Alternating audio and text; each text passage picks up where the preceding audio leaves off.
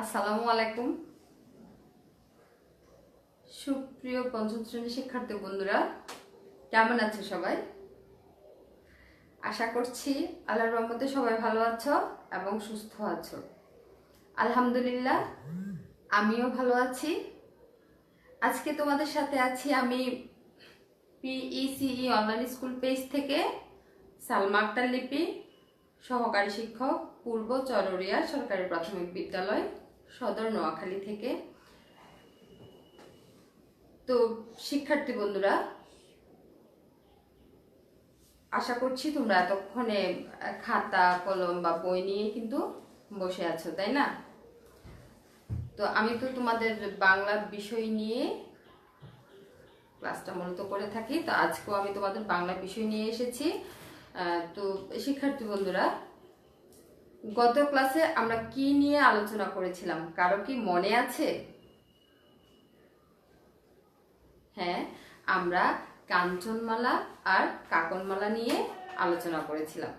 বলতে পারবে কেউ কি যে অনুচ্ছেদটুকু আমরা পড়েছি সে অনুচ্ছেদ অর্থাৎ যে রূপকথার গল্প মতো এই গল্পটা, তো এখান থেকে আসলে কি বোঝানো হয়েছিল, এই অনুচ্ছেদটাতে কি ছিল বলতে পারবে কাহিনীটা? ধন্যবাদ তোমাদেরকে। এখানে ছিল আসলে এক দেশে এক রাজা ছিল, তাই না? তো রাজার একটা ছেলে পুত্র ছিল, একটাই মাত্র পুত্র। তো ওই রাজ্যে এক রাখাল ছিল। সেই রাখালের সাথে রাজপুত্রের খুব বন্ধুত্ব হয়, খুব ভালো একটা সম্পর্ক হয়। রাখাল কিন্তু আবার খুব সুন্দর বাঁশি বাজাতে পারে। তো রাখাল কি করেছে, রাখাল তো মাঠে গরু চড়াতো, আর রাজপুত্র তার জন্য গাছের তলায় বসে থাকতো, অপেক্ষা করতো কখন তার বন্ধু আসবে, কখন তার বাঁশির সুর শুনবে। তো তার সাথে রাখাল বন্ধুটার সাথে এতই ভালো সম্পর্ক ছিল যে রাখাল যখন বাঁশি বাজাতো তখন রাখালের গলাটা জড়িয়ে ধরে রাখতো রাজপুত্রটা। তো একদিন রাজপুত্র কি করেছে, রাখালকে প্রতিজ্ঞা শপথ করেছিল যে যেহেতু সে তার বন্ধু, আমি যদি কখনো এ রাজ্যের রাজা হই তখন তোমাকে আমার রাজ্যের মন্ত্রী বানাবো। যেই কথা সেই কাজ, সময়ে চলে আসলো। রাজপুত্র একদিন ওই রাজ্যের রাজা হয়ে গেলেন এবং পুরো রাজপুরীতে লোক লস্কর, অনেক মানুষের সমাগম, এবং ওই রাজ্যটাকে আলোকিত করে এসেছে রানী কাঞ্চনমালা। এদিকে রাজার তো ভুলেই গেছে সে রাখাল বন্ধুর কথা, তার মনেই ছিল না। তো রাখাল বন্ধু কি করেছে, তার বন্ধু রাজপুত্রের কথা তার খুব মনে পড়লো। তো সে একদিন রাজ্যে আসলো রাজার সাথে দেখা করার জন্য, কিন্তু প্রহরীরা তাকে কিন্তু ঢুকতে দেয়নি, যে এই গরিব লোকটাকে তারা মূল্যায়ন করেনি প্রহরীরা। পরে মনের দুঃখে রাখাল চলে গেছে। একদিন রাজা কি করলো, রাজা ঘুমালো, ঘুম থেকে সকালে যখন উঠলো, উঠে দেখলো যে তার পুরো শরীরে অবনতি। ঠিক আছে, অগুন্তি মানে হচ্ছে মানে গুণে শেষ করা যাবে না, হাজার হাজার সূচ, তার সূচ মানে সুই, সেটা আমরা জানি, সূচ তার গায়ে গাঁথা ছিল। পরে এটা দেখে পুরো রাজ্যের কান্নার রোল পড়ে গেল, রানী হতাশ হয়ে গেল। রাজা তো কোনো কিছু খেতেও পারছে না, তারপরে ঘুমাতেও পারছে না, কারো কথা শুনতেও পারছে না, খুব জ্বালা যন্ত্রণায় আছে।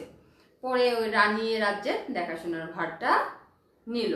অর্থাৎ আমরা গত পাঠ থেকে যেটা বুঝলাম সেটা হচ্ছে যে রাজা পরবর্তীতে বুঝতে পারলো যে প্রতিজ্ঞাটা ভঙ্গ করার কারণে সে এই শাস্তিটা পেয়েছে। তাহলে আমরা এই শিক্ষাটা পেলাম যে আমরা কাউকে যখন প্রতিজ্ঞা করব সেটা কিন্তু জেনে শুনে বুঝে প্রতিজ্ঞাটা করব, ঠিক আছে? তা না হলে এই যে এই রূপকথার যে গল্পটা, এখান থেকে যে শিক্ষাটা আমরা পেলাম, অর্থাৎ কাউকে যখন প্রতিজ্ঞা করবে সেটা কিন্তু তুমি প্রতিজ্ঞাটা রাখতে পারবে সেটা ভেবেই কিন্তু প্রতিজ্ঞাটা করবে। তা না হলে উপরওয়ালা আমাদের বিধাতা, আমাদের আল্লাহ কি করবে, এই শাস্তিটা অটোভাবে দিয়ে দিবে, যেটা আমরা কেউ বুঝতেও পারবো না। তাহলে শিক্ষার্থী বন্ধুরা, আমরা গত পাঠ থেকে জানতে পারলাম যে কারোর সাথে যখন প্রতিজ্ঞা করব সেই প্রতিজ্ঞাটা আমরা রক্ষা করার চেষ্টা করব এবং রক্ষা করব। আমরা প্রতিজ্ঞা যদি ভঙ্গ করি তাহলে আমাদেরও এরকম শাস্তি হওয়ার সম্ভাবনা আছে। তো শিক্ষার্থী বন্ধুরা, আসো তাহলে আমরা আজকে পাঠে আমাদের চলে যাই 57 পৃষ্ঠাটা। প্রত্যেকে ধরো আমাদের পাঠ্য বইয়ের 57 পৃষ্ঠাটা প্রত্যেকে ধরো।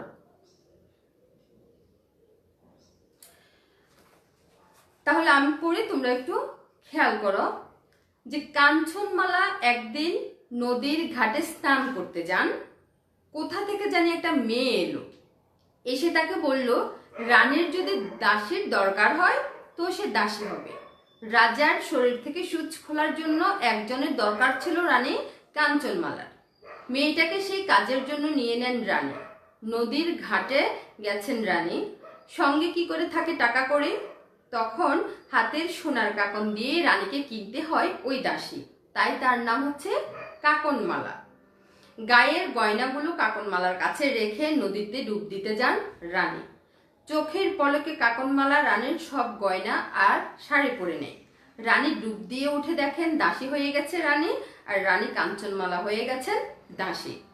নকল রানী কাকনমালার ভয়ে কাঁপতে থাকে কাঞ্চনমালা, কাঁপতে থাকে রাজপুরীর সকলে। সকলে ভাবতে থাকে তাদের রানী তো এমন ছিল না। সুচবিদা রাজা জানতেই পারেন না তার রাজ্যে আরেক কি ঘোর ঝামেলা এসে গেছে। দুঃখী কাঞ্চনমালা রাজবাড়ির সকল কাজকর্ম করেন, চোখের জল ফেলেন। হাতে কাঞ্চনমালার একটুও ফুরসত থাকে না। কিভাবে সুচ রাজার যত্ন করবে, কিভাবে তার পাশে দুদণ্ড বসবে। নকল রানী রাজার দিকে ফিরেও তাকায় না। রাজার কষ্টের সীমা থাকে না।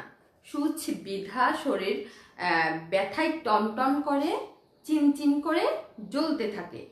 গায়ে মাছি এসে বসে ঝাঁকে ঝাঁকে। কে তাকে বাতাস করে, কে তাকে দেখে। তাহলে শিক্ষার্থী বন্ধুরা, আমাদের তখনকার আমলে দাস দাসীকে কিন্তু টাকা করে দিয়ে কিনতে হতো। তো রানী যখন নদীতে স্নান করতে গেল তখন কিন্তু স্নান বলতে গোসলটাকে বোঝানো হয়েছে। স্নান অর্থ হচ্ছে গোসল। তো নদীতে গোসল করতে যখন গেল তখন তো রানী টাকা পয়সা বা কোনো কিছুই নিল না। তো একটা মেয়েকে দেখে মেয়ে যখন বললো যে তাকে দাসী হিসাবে রাখার জন্য, তখন দাসীকে তো টাকা দিয়ে কিনতে হয়। তো রানীর কাছে তো টাকা ছিল না, তাহলে রানী কিভাবে দাসীটাকে কিনবে। তখন রানীর হাতে যে কাকন ছিল, ঠিক আছে, সোনার যে কাকন, সে কাকনটা দিয়ে দাসীটাকে কিনে নিলেন। তো কিনে নেওয়ার পরে কি করলো রানী, ওই জন্য তার নাম, দাসীর নাম হচ্ছে যে কাকনমালা। তো ওই কাকনমালার কাছে রানীর বাকি যে গয়নাগাটিগুলো ছিল সেগুলা দিয়ে রানী নদীতে ডুব দিতে গেল। যখনই ডুব দিল, ডুব দিয়ে উঠে দেখে যে সেই দাসীটা কি করলো, রানীর সব গয়নাগাটি শাড়ি পরে সে রানী হয়ে গেল, আর রানী যে কাঞ্চনমালা সে হয়ে গেল দাসী। তো এদিকে কাঞ্চনমালা অর্থাৎ আসল রানী কিন্তু এই নকল রানীকে দেখে খুব ভয়ে কাঁপতে থাকলো, এবং রাজ্যের সবাই কিন্তু ভয় পেতে লাগলো নকল রানীকে। আর সবাই ভাবতে লাগলো যে আমাদের রানী তো এমন ছিল না। আর এদিকে রাজাও কিন্তু জানতো না যে তার রাজ্যে কি ঘটনা ঘটছে। রাজা তো সুচবিদা বাধা আছে, খুব কষ্ট পাচ্ছে, তার শরীর টনটন করছে, চিনচিন করে জ্বলছে, আবার তার গায়ে কিন্তু মাছিও ঝাঁকে ঝাঁকে এসে বসছে। রানী তো মহা চিন্তায় পড়লো যে আসল রানী যে সে তো রাজার কোনো সেবা করতে পারছে না। তাহলে আজকের পাঠ থেকে আমরা যেটা জানলাম সেটা হচ্ছে যে আসল রানী কিভাবে নকল রানী হয়ে গেল, আর নকল রানী কিভাবে আসল রানী হয়ে গেল, আর কাকনমালা, কাকনমালা নামটা কিভাবে আসলো আমরা সেটাই আজকের অনুচ্ছেদ থেকে জানলাম। কাকনমালা হলো এইভাবে যে দাসীকে তখনকার আমলে কিনতে হতো, টাকা পয়সা করে দিয়ে কিনতে হতো। তো রানীর কাছে, রানী যখন স্নান করতে গেল, রানীর কাছে কোনো টাকা পয়সা ছিল না বলে সে হাতের কাকন, আমরা যেটাকে চুড়ি বলে থাকি, ঠিক আছে, হাতের কাকনটা সোনার কাকন দিয়ে সে দাসীটাকে কিনে নিল বলে সে দাসীর নাম হয়ে গেল কাকনমালা, তাই না? তাহলে আজকের পাঠ থেকে আমরা এটাই জানলাম। আর গতানুগতিক ভাবে যে আমরা একটা পাঠ যখন আলোচনা করি সেখান থেকে আমরা কিছু শব্দ, তারপরে যাই তোমার যুক্ত বর্ণ এবং প্রশ্ন নিয়েও আলোচনা করি, তাই না? তা আজকেও ঠিক তোমাদের সাথে আমি নতুন শব্দ নিয়ে আলোচনা করব। তাহলে শিক্ষার্থী বন্ধুরা, আজকের এই পাঠ থেকে আমার মনে হলো যে নতুন শব্দ যেটা, সেটা হচ্ছে যে একটুও পুরসত থাকে না, ঠিক আছে? তাহলে তোমরা খাতায় লিখে নাও, তোমাদের প্রত্যেকের খাতায় নতুন শব্দ এবং শব্দের অর্থ।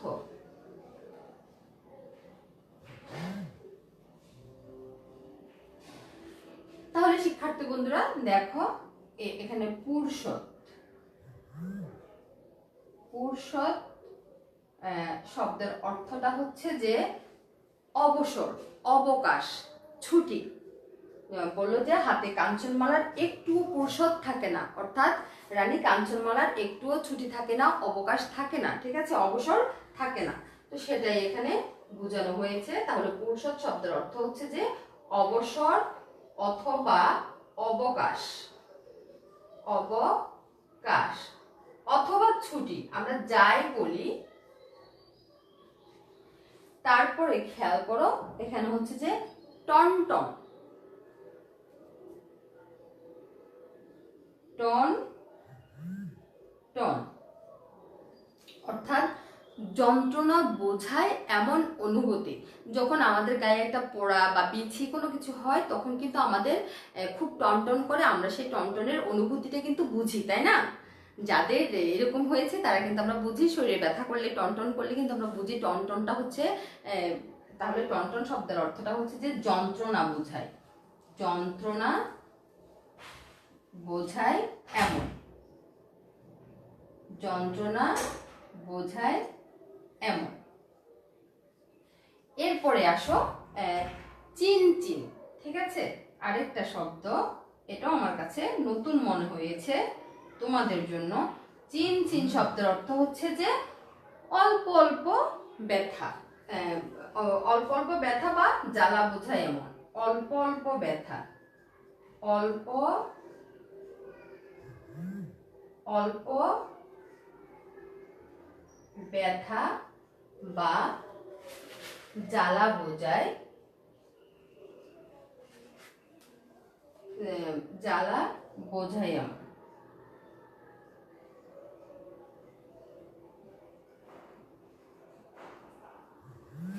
তাহলে শিক্ষার্থী বন্ধুরা খেয়াল করো, আমরা আমাদের আজকের পাঠ মানে যতটুকু পড়েছি সেখান থেকে আমাদের কাছে মনে হয়েছে যে পুরসত, টনটন, চিনচিন, ঠিক আছে, এই তিনটি শব্দ আমাদের কাছে নতুন মনে হলো। তো আমরা জানলাম যে পুরসত শব্দের অর্থটা হচ্ছে যে অবসর, ছুটি বা অবকাশ, ঠিক আছে। তারপরে টনটন যন্ত্রণা বোঝায় এমন, তারপর চিনচিন যেটা হচ্ছে যে অল্প ব্যথা বা জ্বালা বোঝায় এমন। চিনচিন করে ব্যথা করে আমরা এরকম বলি না, বলে থাকি না যে পেটে চিনচিন ব্যথা করে, এরকম বলি আমরা, ঠিক আছে, সেই চিনচিনটাই কিন্তু এখানে বোঝানো হয়েছে। তো শিক্ষার্থী বন্ধুরা আশা করছি তোমাদের এই শব্দগুলাতে কারো কোনো সমস্যা নেই, তাই না? আর কারো যদি সমস্যা থাকে আমাদের কিন্তু পাঠ্য বইয়ের শেষে কিন্তু শব্দের অর্থ জেনে নিই, কয়েকটা পেজে এরকম দেয়া আছে, তোমরা সেখান থেকে শব্দের অর্থগুলো জেনে নিবে, ঠিক আছে। যার দরকার হবে, যার মনে থাকবে না, সে ওখান থেকে শব্দের অর্থগুলা জেনে নিবে। যেহেতু আমাদের সমাপনী পরীক্ষায় 1 নং প্রশ্নে 5টা শব্দের অর্থ বাধ্যতামূলক দেয়া থাকে, সেক্ষেত্রে তোমরা শব্দের অর্থগুলা জেনে নেবে। তাহলে শিক্ষার্থী বন্ধুরা আসো এবার আমরা দ্বিতীয় প্রশ্নে চলে যাই।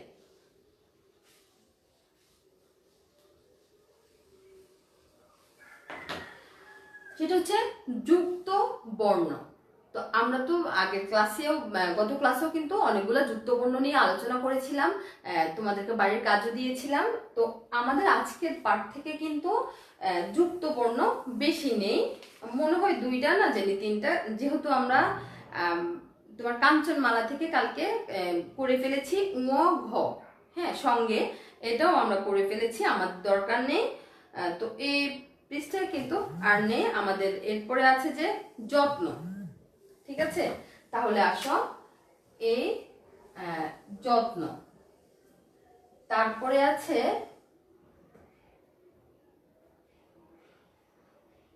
দণ্ড,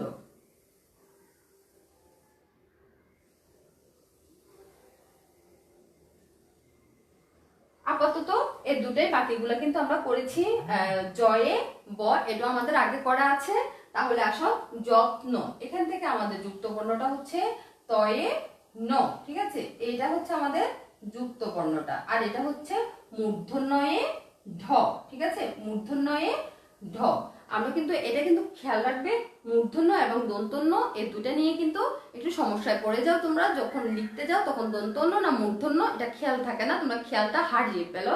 তাহলে এটা মনে রাখবে মূর্ধন্য না দন্তন্য, ঠিক আছে? তাহলে এটা হচ্ছে মূর্ধন্য। যখন তোমরা দন্তন্য লেখা হয়, দন্তন্যটা নিচ থেকে দিয়ে এইভাবে, ঠিক আছে? আর মূর্ধন্যর ক্ষেত্রে কিন্তু এইভাবে, অর্থাৎ এটা থেকে উপরে। আর আমি বড় করে দেখাচ্ছি, দন্তন্যর ক্ষেত্রে হচ্ছে এইভাবে, আর মূর্ধন্যর ক্ষেত্রে হচ্ছে এইভাবে। এটা মনে রাখবে। তাহলে দণ্ড হচ্ছে আমাদের এইভাবে, আর এই দন্তন্য দিয়ে বুঝালে কিন্তু এরকম হতো, তোমার মূর্ধন্যটা উপর থেকে আসলে বোঝা যায় যে এটা মূর্ধন্য, আর দন্তন্যটা হচ্ছে যে নিচ থেকে। তাহলে শিক্ষার্থী বন্ধুরা, আমরা দন্তন্য এবং মূর্ধন্য এই দুইটা বর্ণ কিন্তু ঠিক রাখবো। তাহলে আসো যুক্ত বর্ণটা আমরা বিভাজন করি। কিভাবে বিভাজন করব তোমরা আশা করছি তোমরা বিভাজন করতে পারো সবাই, কিন্তু তারপর আমাদের বোঝার জন্য, আমাদের জেনে রাখার জন্য, আমাদের যাতে ভুল না হয় সেই জন্য কিন্তু আমরা প্রতিদিন একটু একটু করে যুক্ত বর্ণ করে থাকি, তাই না? তাহলে আসো আমরা তয়ে দন্তন্য যুক্ত বর্ণটাকে বিভাজন করলাম। তাহলে আমাদের বইতে আছে যত্ন, আমরা এটা দিয়ে আরেকটা যুক্ত বর্ণতে বিভাজন করলাম। আরেকটা শব্দ বলো দেখি তোমরা। এখানে যত্ন থেকে আমরা তয়ে ন পেয়েছি, তাহলে আরেকটা শব্দ বলো দেখি। ধন্যবাদ, রত্ন। তুমি যত্ন দিতে পারো, রত্ন দিতে পারো। তাহলে শিক্ষার্থী বন্ধুরা, আমাদের যেহেতু পরীক্ষাতে কিন্তু বাধ্যতামূলক যুক্তবর্ণ বিভাজন করে শব্দ গঠন সাথে বাক্যে প্রয়োগ, তো বাক্যটা শুধু দিলে হবে না, যাতে বাক্যটা অর্থবোধক হয় সেদিকে কিন্তু আমাদেরকে অবশ্যই অবশ্যই অবশ্যই খেয়াল রাখতে হবে।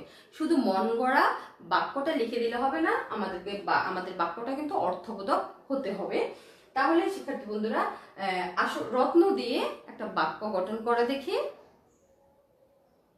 আচ্ছা, আমি যেটা করছি সেটা একটু তোমরা খেয়াল করো, যে প্রতিটি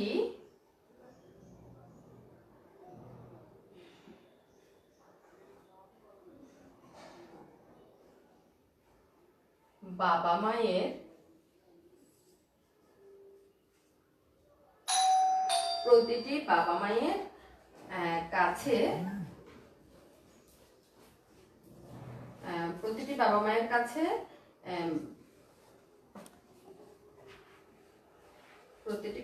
কাছে সন্তান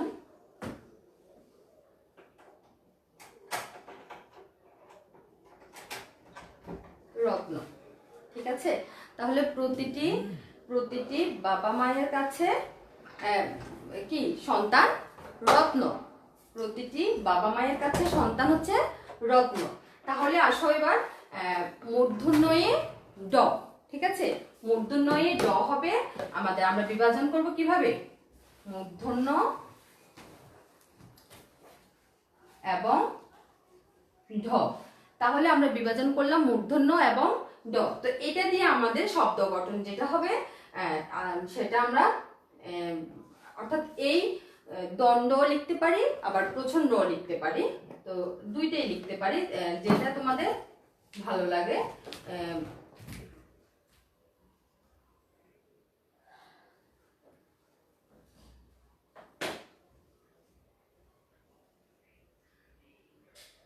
এবার আসো বাক্যে প্রয়োগ। এই দণ্ড দিয়ে একটা বাক্য প্রয়োগ করা দেখি।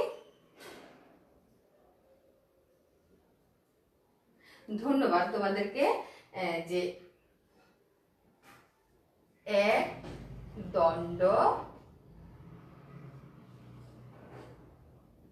দাঁড়ানোর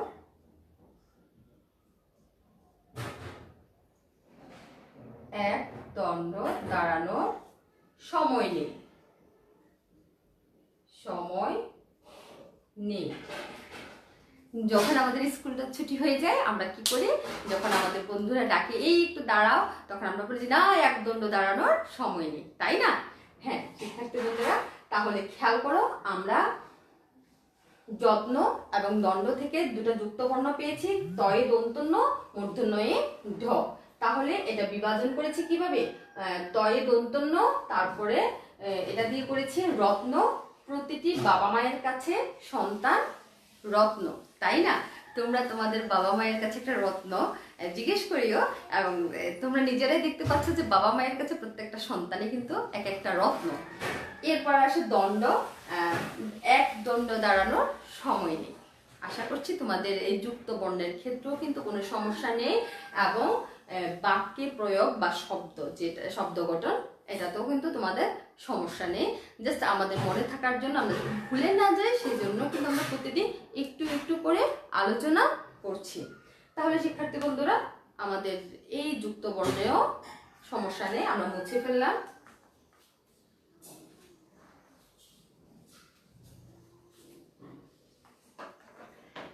তো আমি যে পার্টটা নিয়ে আলোচনা করেছিলাম, অর্থাৎ এখানে আজকের যে অনুচ্ছেদটা আমরা পড়লাম, সেখান থেকে আমরা কি জানলাম যে কাকনমালা নামটা কিভাবে হয়েছে, দাসীর নাম কাকনমালা কিভাবে হলো, আর আসল রানী কিভাবে নকল রানী হলো, নকল রানী কিভাবে আসল রানী হলো,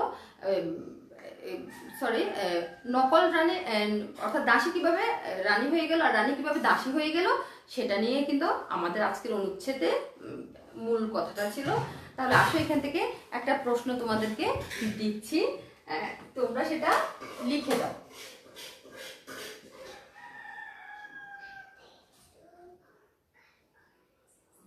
দাসীর নাম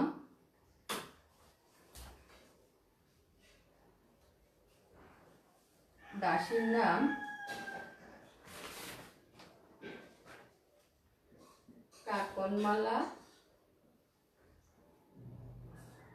হলো কেন?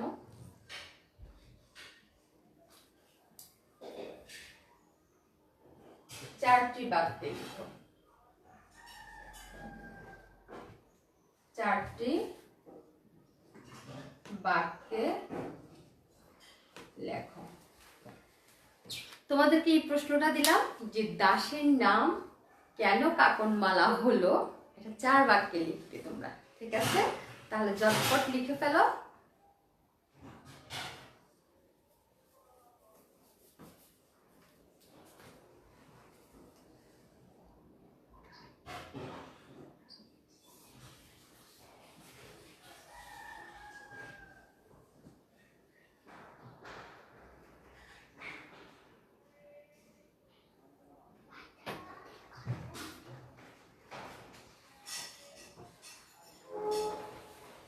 ধন্যবাদ, এতক্ষণে নিশ্চয়ই তোমরা লিখে ফেলেছো। তাহলে আসো, দাসের নামটা কাকনমালা হলো কিভাবে, ঠিক আছে, বা হলো কেন, তো সেটা আমরা প্রথম বাক্যে লিখি যে রানী কাঞ্চনমালা, রানী কাঞ্চনমালা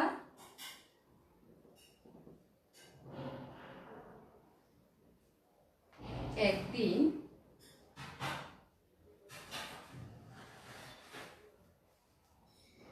স্নান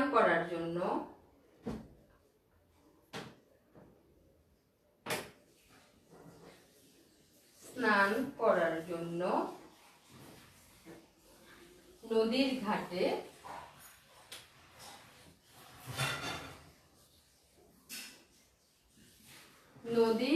ঘাটে গিয়েছিলেন।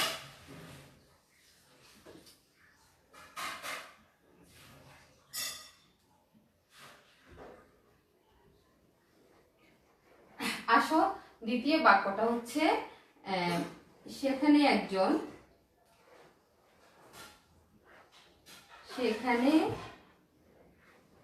একজন মেয়েকে দেখে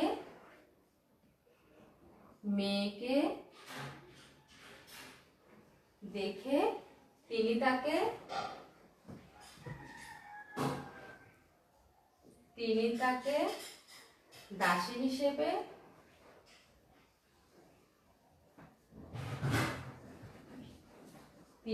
দাসী হিসেবে কিনতে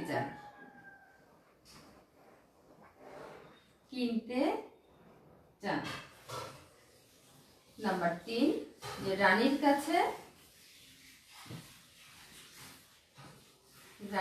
কাছে টাকা পয়সা না থাকায় টাকা পয়সা না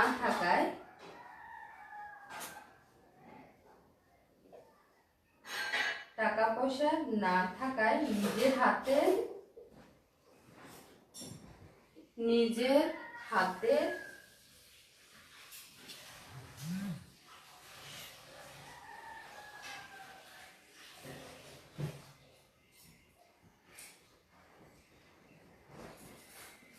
কাকনের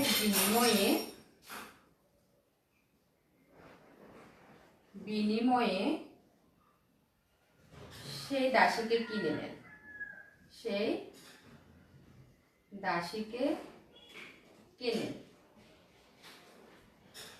সর্বশেষ নাম্বার 4, যে এজন্য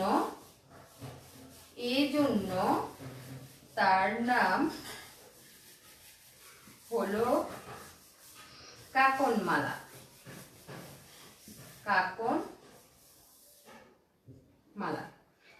শিক্ষার্থী বন্ধুরা, আমি কিন্তু খুব অর্থাৎ ছোট করে প্রশ্নটা জিজ্ঞেস করতে পারতাম এক বাক্যে, যে দাসীর নামটা কাকনমালা হলো কেন।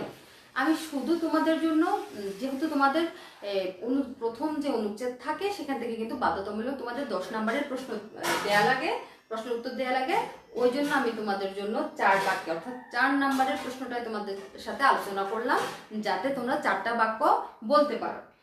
তাহলে 1 নম্বরের প্রশ্ন আসলেও পারবে, 2 নম্বরের প্রশ্ন আসলেও পারবে, 4 নম্বরের প্রশ্নও যদি আসে তাহলে তোমরা সেটা উত্তরপত্রে লিখতে পারবে। তাহলে দাসীর নাম কাকনমালা হলো কেন, সেটা 4 বাক্য হচ্ছে যে রানী কাঞ্চনমালা একদিন স্নান করার জন্য নদীর ঘাটে গিয়েছিলেন। সেখানে একজন মেয়েকে দেখে তিনি দাসী হিসেবে কিনতে চেয়েছেন। তো রানীর কাছে টাকা পয়সা না থাকার কারণে কি করেছে, নিজের হাতের সোনার কাকন দিয়ে দাসীকে কিনে নিয়েছে, ওই জন্য ওই দাসীর নাম হয়েছে কাকনমালা। তো শিক্ষার্থী বন্ধুরা, তোমাদের নিশ্চয় এই অনুচ্ছেদ থেকে আজকের যে কথাটা অর্থাৎ যে প্রশ্নটা বোঝানো হয়েছে তোমাদেরকে, যে দাসীর নাম কাকনমালা হলো কেন, এই প্রশ্ন আশা করি কোনো সমস্যা থাকবে না। আরেকটা প্রশ্ন তোমাদেরকে বাড়ির কাজ দিচ্ছি, সেটা তোমরা লিখে নাও।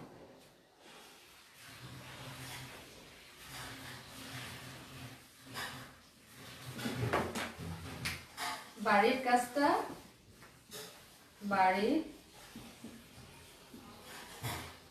কাজ, যে কাকনমালা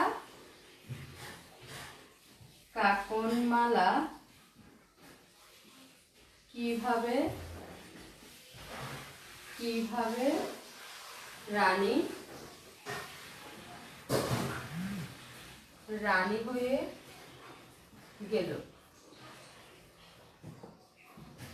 এটাও তোমরা 4টি বাক্যে লিখবে, 4টি বাক্যে লেখো। আমরা যদি একটু বড় করে জানি, বিশদভাবে জানি, তাহলে কিন্তু আমরা ছোটগুলো দিতে পারবো, আর যদি ছোট করে জানি তাহলে কিন্তু আমরা বড় প্রশ্নের উত্তরটা দিতে পারবো না। এই জন্য তোমাদের বাড়ির কাজটা দিলাম, যে কাকনমালা কিভাবে রানী হয়ে গেল, সেটা 4 বাক্যে তোমরা লিখে ম্যামকে জানাবে। তো শিক্ষার্থী বন্ধুরা, আজকেও আমরা কাঞ্চনমালা আর কাকনমালা সম্পর্কে পড়লাম 2য় পার্টটা।